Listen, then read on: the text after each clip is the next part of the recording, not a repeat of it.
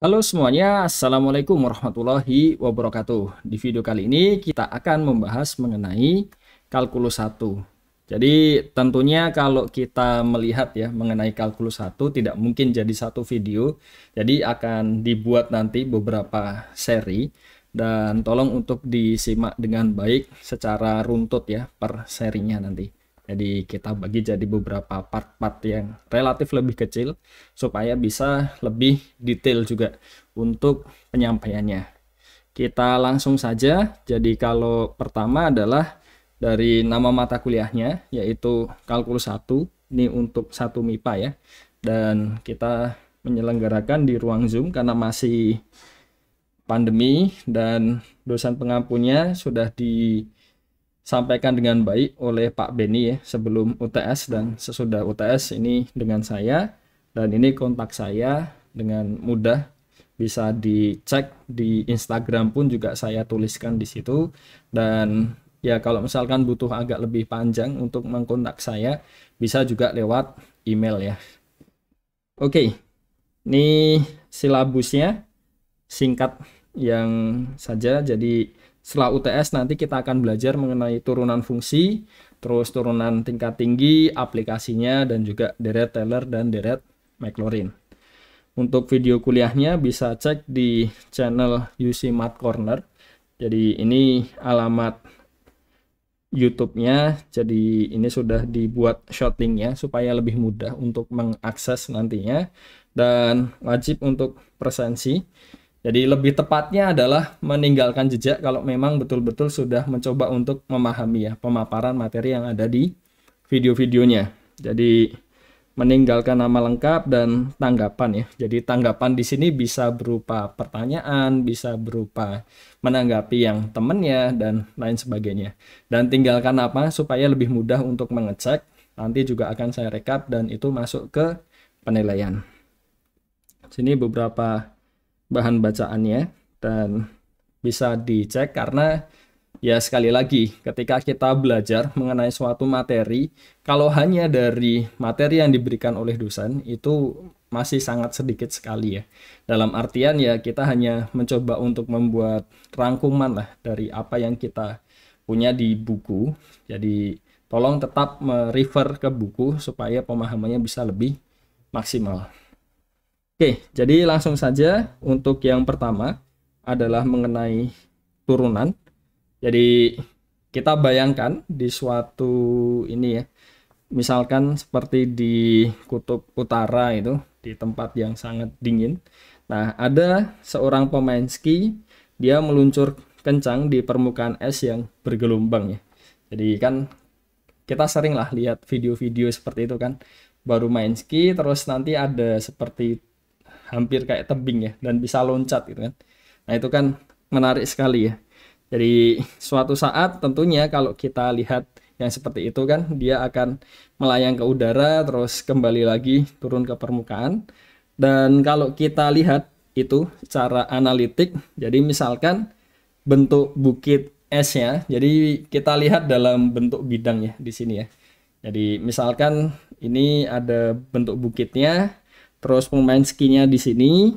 Nah, kalau ini kita asumsikan pemain skinya itu dengan papan skinya dia tegak lurus kan. Jadi ya asumsinya inilah. Meskipun ya sebenarnya kalau waktu di real mesti dia nekuk kaki dan sebagainya. Tapi kita bisa lihat secara matematis. Misalkan dia seperti itu tadi. Jadi kita punya di sini jadi garis normal ya. Terus kita punya garis singgung. Jadi ini garis sekan tali busur dan semakin lama dia semakin ini. Jadi bisa dilihat ya bagian sini. Ketika delta X-nya di sini makin kecil, nah apa yang terjadi? Jadi kita punya itu yang menjadi motivasi turunan. Jadi dari gambar ini mungkin lebih detail lagi perlu dijelaskan. Yaitu pertama posisi pemain tegak terhadap papan ski. Dan kita sebut dengan garis normal. Jadi papan ski yang menyinggung permukaan ini di saat melayang ke udara ini adalah garis yang menyinggung kurva tadi ya. Jadi ini dipanjangkan lah asumsinya ya. Karena kan tidak benar-benar nempel full kan, jadi agak miring sedikit kan, jadi bisa kita lihat di situ. Terus garis singgungnya ini tegak lurus dengan garis normal. Nah, pertanyaannya adalah bagaimana cara mendapatkan garis singgung ini ya. Dan misalkan satu pemain ski ini bergerak dari titik ini melayang ke udara pada titik ini. Nah, kemudian kita buat garis yang menghubungkan dua titik tadi, Q dan P ini. Dan sepanjang pergerakan ini kita ya punya banyak ya di situ garis sekan yang dapat dibentuk. Dan kita punya gradiennya itu kurang lebih seperti ini ya untuk gradien awalnya. Jadi kalau kita amati prosesnya ketika dia ada di bawah agak ini terus bablas semakin dekat semakin dekat semakin dekat semakin dekat. Jadi kita punya ketika ini X2-nya itu kita ambil. Jadi X2-nya di sini X1 plus delta X. Jadi delta di sini ini ya perubahannya, dan Y2 ini Y1 plus delta Y. Jadi ini ke sini. Jadi kita punya ketika delta X ini makin kecil, artinya apa? Titik Q ini makin dekat dengan ya titik P tadi. Atau kalau kita lihat ketika delta X-nya mendekati 0, kita punya Q-nya mendekati P. Jadi bisa dilihat ya ini untuk kurvanya yang di bukit S-nya tadi, kita gerak dari sini ke sini, ke sini, ke sini, ke sini kan. Jadi ketika perubahan ini yang delta X-nya tadi semakin kecil jadi semakin dekat, kita punya Q mendekati P. Dan karena Y-nya itu sama dengan Fx, jadi kita peroleh gradien garis sekan PQ itu jadi ini kan. Jadi kemiringannya kita bisa hitung menjadi Fx2 dikurang Fx1 dibagi X-2 dikurang X2 dikurang X1 ya. Jadi kita punya sederhananya seperti ini ya. Jadi kita punya sekian perkan sekian ya. Jadi tergantung seberapa jaraknya itu tadi ya. Jadi kita punya seperti ini. Dan kita ingin melihat gradien garis singgungnya di titik P itu berapa. Ya sudah, berarti gradien garis singgungnya adalah ketika X-nya X2 ini sangat dekat dengan X1. Jadi kita bisa ambil limit ketika delta X-nya mendekati 0. Nah ini tadi Fx2. Jadi X2 sama dengan X1 plus delta X. Jadi kita punya di sini Fx1 plus delta X dikurang Fx1 dibagi delta X. Jadi ini kita peroleh ya gradien garis singgung di titik P ini kita sebut dengan turunan fungsi pada titik P yang kita simbolkan biasanya dengan aksen seperti ini ya. Jadi di beberapa sumber ada yang daripada nulis delta X ini kan agak lebih merepotkan karena ada dua dan yang satu pakai simbol juga kan. Nah ini kadang-kadang juga ada yang menggunakan H. Jadi limit H mendekati 0 ya sama saja ya, cuma beda simbol saja kan. H mendekati 0, Fx1 plus H dikurang Fx1 dibagi H. Pada dasarnya sama saja. Nah, pertama-tama kita perlu untuk melihat contoh terlebih dahulu bagaimana untuk menentukan derivatif. Jadi kita akan menentukan turunan dari fungsi ini di X sama dengan 1. Jadi kita menggunakan definisi tadi, kita ambil limit H mendekati 0 dari, karena di sini 1, makanya kita masukkan di sini 1 ya. 1 plus H dikurang F1 dibagi H. Jadi kita punya apa? Kita punya bagian ini adalah ini ya, 1 plus H ya kan? Jadi kita ganti X-nya dengan 1 plus H. Jadi kita punya 1 plus H kuadrat dikurang 3 kali 1 plus H. Di sini dikurang F1. Jadi ketika kita masukkan di sini 1, jadi 1 kuadrat adalah 1, 3 kali 1 adalah 3.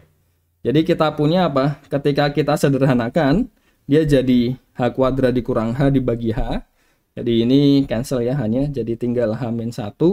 Ketika hanya mendekati 0, kita peroleh dia sama dengan negatif 1. Jadi kita punya turunan fungsi fx ini di X sama dengan 1 adalah negatif 1. Contoh yang lain, misalkan apa yang terjadi ketika kita punya fungsinya adalah melibatkan nilai mutlak, jadi kita punya di sini mau mencari turunan dari fx ini di x sama dengan 2. Jadi kita gunakan ini ya, definisinya tadi. Jadi limit h mendekati 0 f. Jadi di sini 2 plus h dikurang f2 ya. Jadi kita punya bentuk ini dikurang ini. Jadi ini jelas 2 kurang 2 0 ya. Jadi cancel habis. 2 kurang 2 juga 0. Jadi habis juga. Kita tinggal nilai mutlak h dibagi h. Nah, yang perlu jadi perhatian adalah dari definisi nilai mutlak, ketika kita mendekati, jadi bayangkan ya, kita punya di sini 0, jadi kita dekati di sini dan di sini kan. Kalau dia lebih dari 0, artinya apa? Nilai mutlak h itu jadi h sendiri ya. Oke, jadi kita punya limit ini, ketika kita dekati dari kanan, hasilnya adalah 1. Tapi apa yang terjadi ketika kita dekati dari kiri, artinya adalah, ya sudah, kita punya ini negatif kan. Jadi nilai mutlak h ada, jadi negatif h ya. Jadi kita punya di sini jadi negatif 1. Artinya apa? Limit ini tidak ada. Yang artinya f itu tidak punya turunan di 2. Jadi seperti itu. Oke, selanjutnya tadi sudah kita bahas. Jadi ketika kita punya fungsi f dari s ke r, jadi ini harusnya ke r gini ya, r bilangan real ya. Jadi fungsi f ini dapat diturunkan di titik c jika dan hanya jika limit ini itu ada. Atau kalau tadi pakai h juga boleh ya, h mendekati 0, bla bla bla bla, ini ganti h, ini ganti h, juga nggak ada masalah. Tergantung preferensinya di mana, karena ya berbeda sumber, kadang ada yang menggunakan notasi yang lain, tapi pada prinsipnya sama saja. Nah, kita punya fungsi f ini dengan s-nya subset r. Fungsi f ini dapat diturunkan pada s jika dan hanya jika fungsi ini dapat diturunkan di setiap titik di s. Jadi ketika kita punya di sini ya, kita list itu kan, coba kita cari turunannya, ada satu saja titik yang ada di S, sedemikian hingga f itu tidak dapat diturunkan di titik tersebut. Artinya apa? Ya dia tidak dapat diturunkan di entire itu tadi ya. Jadi kita harus benar-benar memastikan di semua titik yang ada di S ini, semuanya f itu dia punya turunan. Jadi contoh yang lain kita punya seperti ini. Jadi kita akan menentukan f aksen x ketika fx-nya sama dengan ini, di mana x-nya tidak sama dengan negatif 2. Jadi apa yang terjadi? Kita punya, kembalikan lagi ya ke definisi tadi. Jadi kita punya f aksen x sama dengan limit h mendekati 0 ini. Jadi kita punya apa? Kita punya di sini ini x plus 1, x plus 2. Ketika x-nya di sini ganti x plus h. Ini juga ganti x plus h, itu kan? Dan di sini x-nya tidak sama dengan negatif 2 ya. Jadi kita ganti ini x plus h, ya kan? Terus ini fx berarti tetap di sini xx. Dan kita sederhanakan seperti itu. Terus dari sini bisa kita bagi ini dengan h. Jadi hanya cancel ya di sini ya. Jadi kita punya bentuk seperti ini. Ketika hanya mendekati 0, kita peroleh x plus 2 dikuadratkan. Jadi ketika x-nya tidak sama dengan negatif 2, kita peroleh turunannya adalah ini ya. Untuk fungsi fx sama dengan x plus 1 per x plus 2. Contoh yang lain, kita akan mencari turunan ini dan domainnya ketika kita punya fx ini adalah akar dari x plus 1. Jadi bagaimana? Sama seperti tadi. Jadi kita punya limit hanya mendekati 0 dari sini ya. Jadi kita ganti apa? X-nya ini dengan x plus h dulu. Jadi kita punya akar x plus h plus 1 dikurang x plus 1 di sini akar. Dan kita coba selesaikan seperti biasa ya. Jadi kita punya apa di sini? Kita punya bentuk seperti ini. Jadi bagaimana setelah ini? Ya sudah, kita punya ini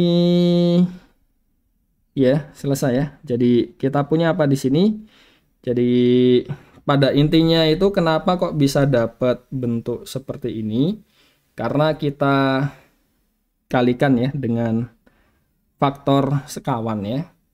Jadi di sini harusnya dikalikan dengan apa ini? Akar X plus H plus 1 ditambah dengan akar X plus 1 dibagi, ini juga sama, X plus H plus 1 ditambah akar X plus 1, ya kan? Jadi di bagian pembilang, jadi akarnya hilang kan? Karena faktor sekawannya kan? Jadi kita punya apa? X plus H plus 1 dikurang X plus 1, jadi ini cancel ya, tinggal H saja ya. Di bagian pembilangnya, nanti H dengan H yang di sini cancel juga. Jadi makanya kita punya pembilangnya 1 dan di sini harusnya plus kan tadi. Karena kita punya pembaginya seperti ini dan kita cek ketika hanya mendekati 0. Jadi ini harusnya plus ya tadi ya. Kita punya ketika hanya mendekati 0, kita punya yang bagian penyebut jadi akar X plus 1 ditambah akar X plus 1, makanya kita punya 2 akar X plus 1. Jadi kita punya ya turunannya di sini oke ya, dan domainnya apa? Karena kita punya bentuk akar, jadi dan dia posisinya juga di penyebut, tidak boleh 0. Terus dia harus lebih dari 0 juga. Jadi kita punya X-nya harus lebih dari negatif 1. Oke ya, jadi cukup jelas. Ini ada sedikit typo tadi. Tapi saya rasa ini ya, untuk kalkulasinya kan relatif sederhana. Terus kita lihat contoh yang lain. Kita mau mencari f aksen X dan domainnya. Fx-nya seperti ini. Ini yang sudah kita cek tadi ya. Jadi ketika X-nya di 2, jadi f aksen 2 ini tidak ada. Tadi sudah kita lihat. Dan ketika X-nya lebih dari 2, apa yang terjadi? Tadi kan kita punya bentuk ini, jadi kita punya nilai mutlak ya tadi ya. Jadi kita punya ini, dan dia jadi 1. Tadi sudah kita lihat. Terus ketika X-nya kurang dari 2, dia jadi negatif 1. Jadi kita lihat f aksen X ini jadi piecewise function. Jadi ketika X-nya lebih dari 2, dia sama dengan 1, kurang dari 2, dia sama dengan negatif 1. Jadi kalau kita coba gambarkan, kurang lebih seperti ini ya. Ini sumbu X, ini sumbu Y, di sini ada 1, di sini 2 ya. Jadi kita punya X-nya lebih dari 2, misalnya di sini 1. Jadi kita punya ini 1, ya kan. Terus di bawah ini negatif 1, kita punya seperti ini. Jadi semuanya di sini. Jadi kita punya bentuk ini dan domainnya apa? Ya semua bilangan real kecuali 2. Nah, jadi itu saja mungkin untuk yang part pertama ini. Jadi semoga dapat dipahami ya tentang ya motivasinya dan juga awal mulanya kan kenapa kok kita melihat turunan. Jadi salah satunya ya berkaitan dengan garis singgung tadi, tapi tentunya nanti akan semakin menarik karena ya kita tidak harus menggunakan definisi untuk mencari turunan dari suatu fungsi. Nah, bagaimana caranya? Kita lihat di video yang selanjutnya. Jadi sekian saja untuk video kali ini. Semoga dapat dipahami dengan baik. Sampai jumpa lagi di video berikutnya. Wassalamualaikum warahmatullahi wabarakatuh.